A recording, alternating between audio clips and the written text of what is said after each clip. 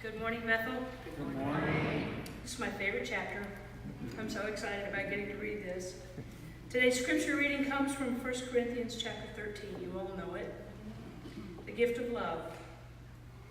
If I speak in the tongues of mortals and of angels, but do not have love, I'm a noisy gong or a clanging cymbal. And if I have prophetic powers and understand all mysteries and all knowledge, and if I have all faith so as to remove mountains, but do not have love, I'm nothing. If I give away all my possessions, and if I hand over my body so that I may boast, but do not have love, I gain nothing. Love is patient, love is kind. Love is not envious or boastful or arrogant or rude. It does not insist on its own way. It is not irritable or resentful. It does not rejoice in wrongdoing, but rejoices in the truth. It bears all things, believes all things, hopes all things, endures all things. Love never ends, but as for prophecies, they will come to an end. As for tongues, they will cease. As for knowledge, it will come to an end. For we know only in part, and we prophesy only in part. But when the complete comes, the partial will come to an end. When I was a child, I spoke like a child, I thought like a child, I reasoned like a child. When I became an adult, I put an end to childish ways. For now we see in a mirror dimly, but then we will see face to face. Now I know only in part. Then I will know fully, even as I have been fully known. And now faith, hope, and love abide. These three. And the greatest of these is love. Amen. Amen. And from Mark chapter 12, verses 28 through 31, the first commandment, you know this one as well. One of the scribes came near and heard them disputing with one another. And seeing that he answered them well, he asked him, "Which commandment is the first of all?" Jesus answered, "The first is, 'Hear, O Israel, the Lord our God, the Lord is one. You shall love the Lord your God with all your heart, and with all your soul, and with all your mind, and with all your strength.' The second is this, 'You shall love your neighbor as yourself.' There is no other commandment greater than these." Praise be to God.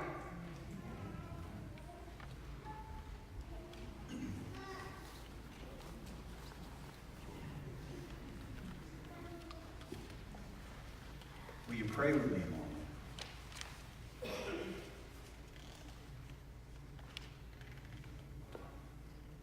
Holy God, in the next few minutes, help us to put down things that may be distracting us. Help us to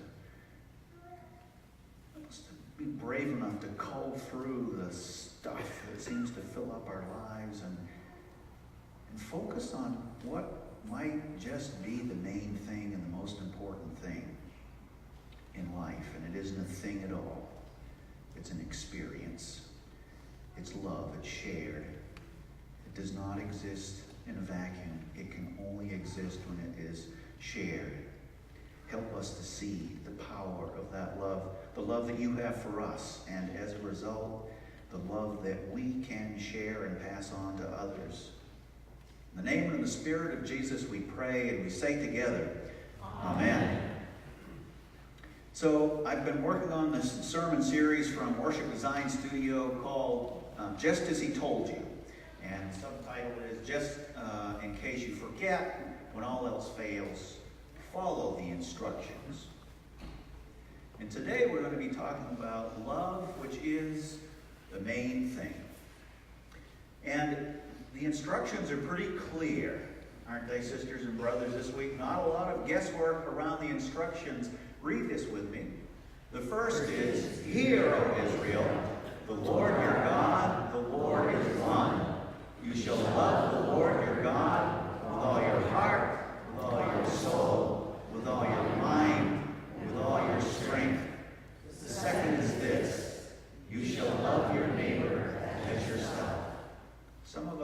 even have that memorized. Some of us know it to be true. Some of us have heard it for 1,000 times. Some of us have heard it for the first time today. It sounds so simple, doesn't it, sisters and brothers?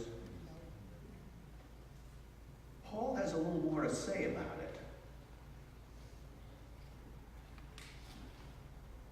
Dr. Marcia McPhee, who puts together the Worship Design Studio, I think poses an important question for us this week. Have a question about what you should do in any given situation? Ask where your action stands on the love meter. I didn't even know there was a bunch of stuff about love meter. Now, it's a great Hallmark Valentine's Day sales pitch. I'm not encouraging you to think about the Cupid kind of love, but the agape kind of love which Jesus spoke and called us to. Here's a closer look. First of all, for the first 12 chapters of the book to the church in Corinth, Paul was lifting him up as the consummate illustration of the best kind of Christian you could imagine. Lifting up a variety of gifts like speaking in tongues and being able to prophesy, being able to teach, being willing to put his body at risk. And it's fascinating that all of a sudden he switches from himself being this model to, if I don't have love. Again, read it with me. If I speak in the tongues of mortals and of angels, but don't have love, I'm a noisy gong or a clanging cymbal. Stop. How many of you have played in a band? My mother used to be a band director, and I can remember her coming home in the evenings after band rehearsal and saying, if I could only get those boys to stop slamming on the drums and the cymbals. We know how distracting a gong clanging cymbal can be, right? It's irritating. Let's continue. And if I have prophetic powers and understand all mysteries and knowledge, if I have all faith so as to remove mountains, but don't have love, I am nothing.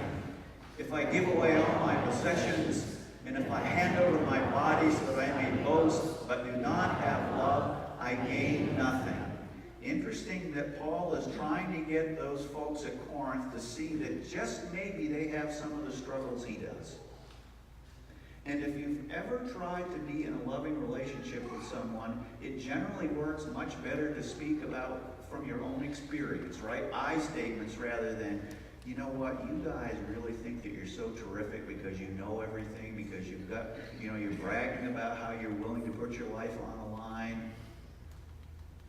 Paul realizes, I have to find a way to show that I'm not perfect at all.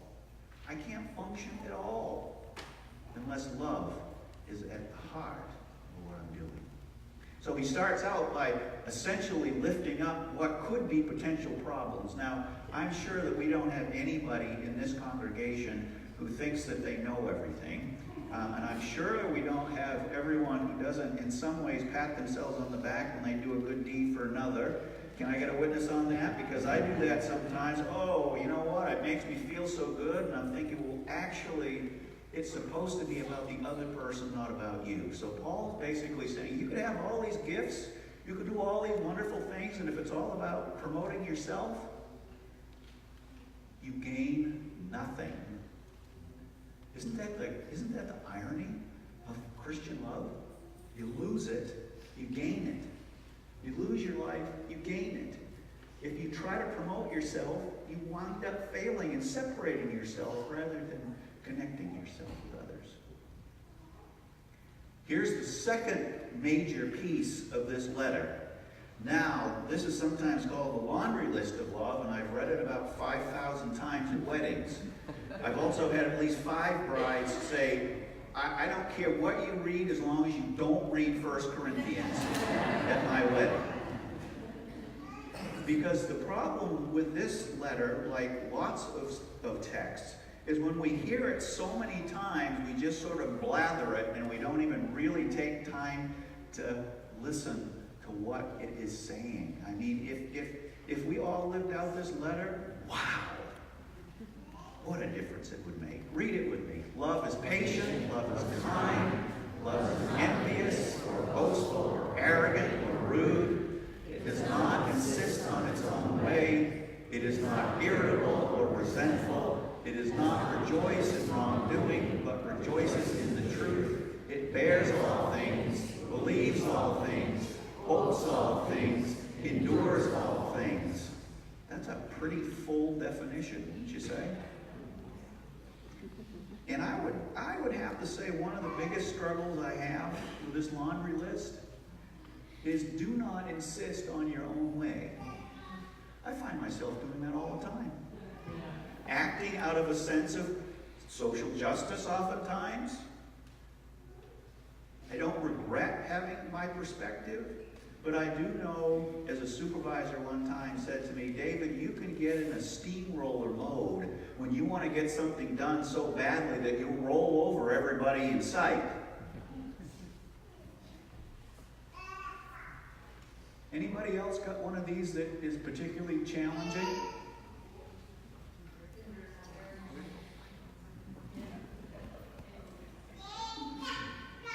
Yeah, Paul's really not pulling any punches here, right? All things, believes all things, bears all things, hopes all things, endures all things. Kind of makes me tired just thinking about it. But isn't that a great question to ask? So where else is all my energy going if this tires me out?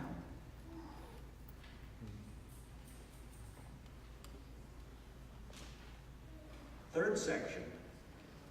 Read it with me. Love never ends, but as for prophecies, they will come to an end. As for tongues, they will cease. As for knowledge, it will come to an end. For we know only in part, and we prophesy only in part. But when the complete comes, the partial will come to an end. Brilliant in that Paul puts out first, I can't do this, I can't do that, I gain nothing without love. Then he says what love is. Then he comes back and says, you know what, love just never ends. If he didn't say enough in the paragraph right before this, love never ends. Everything else will come to an end. And I love this, he's hinting at this, we kind of get it, we kind of see things, but we don't see everything. Some things are not revealed. Can I get a witness on that? And here's the part about growing up and having some comfort around not knowing that, one, you know everything, that you have perfect faith. Can't do it by yourself. You got to put away some of that false, preconceived notions about what you can do. Let's read it together. When I was a child, I spoke like a child. I thought like a child. I reasoned like a child. When I became an adult, I put an end to childish ways. For now we see in a mirror dimly, but then we will see face to face. Now I know only in part. Then I will know fully, even as I have been fully known. And now faith, hope, and love abide, these three. The greatest of these is love. So the interesting thing about Jesus' teachings is he's always contrasting the innocence of children with sort of the naivete of children. So this is Paul's way of saying it's not that being childish when you're a child is wrong, but it does not make sense to continue thinking in a naive way when you become an adult. And I think one of those things, at least for me, is to know that having faith in God doesn't mean that God's going to work everything out for me. It means God's going to walk with me, hopefully to make a difference in the world, in my life and in the lives of the people around me. I also like that, as I said, he talks about the reality that when we live in this earthly body, we sometimes, get snippets of what we know to be true, and yet sometimes we can't understand it all. And there will be a time when we will see face to face. And that to me is a reassuring thing. So you might say, well, that's really nice and that's great, but what do we do with this love? Well, I want to suggest that there are three ways that we live out the love that Paul articulated and that Jesus called us to. First is in the public square. And if you're anything like I am, you may have been somewhat troubled to learn that there is a movement to pass laws around abortion that do not, from my perspective, honor the women who are trying to live their lives. Because I have never met anybody, I've never met a woman who was delighted about having an abortion. And to be forced to have an abortion because somebody thinks that you should have it, in some ways violates my sense of the dignity of women and the dignity of those who are living. And the reality is that it isn't an easy decision, and nobody should be forced to make a decision one way or the other. Can I get a witness on that? Now, there are some who would disagree, and there are some who might be in here thinking, why is he saying this? Well, it's because if I don't take some risk with saying what I think it means to live out love in the public square, how can I expect you to take any risks about living love in the public square? So here's another one. Also have been reading in the news that there may be some changes in privileges that are basic human privileges for transgendered people, namely health care. And that's just wrong. I mean, human beings are human beings. And sure, I don't completely understand the whole process of transgender. I don't need to understand it in the same way that people who are transgender may not understand how people can be binary. Right? It's the questions around how do we define normalcy, and then do we force it? Jesus was never fond of that. Here's living out 1 Corinthians in our life together at Bethel. Now, we're working on a strategic plan, and I know one of the questions that's going to come up, because it has already, is how big do we want to be? How big, what size, not physically, but how many members, how much programming, what do we want to do? And my guess is there are lots of people who probably don't want it to look like this, right? So that's one end of the spectrum. And here's the other end of the spectrum. This is a church in Cincinnati, fastest growing evangelical church in the United States. They have 12,000 members. When they do their Christmas play, they sell 100,000 tickets for 12 different shows. I'm really not interested in that, so if that's part of our strategic plan, I'll probably be finding some other place to serve, but I'm guessing that is probably not in our 5-year plan. Can I get a witness on that? Well, probably not. But it does ask the question, and I've heard from some folks who have been longtime members, I come in and I don't know people. I come in, somebody's sitting in my pew. And they don't know. Or someone stopped coming because they're disappointed.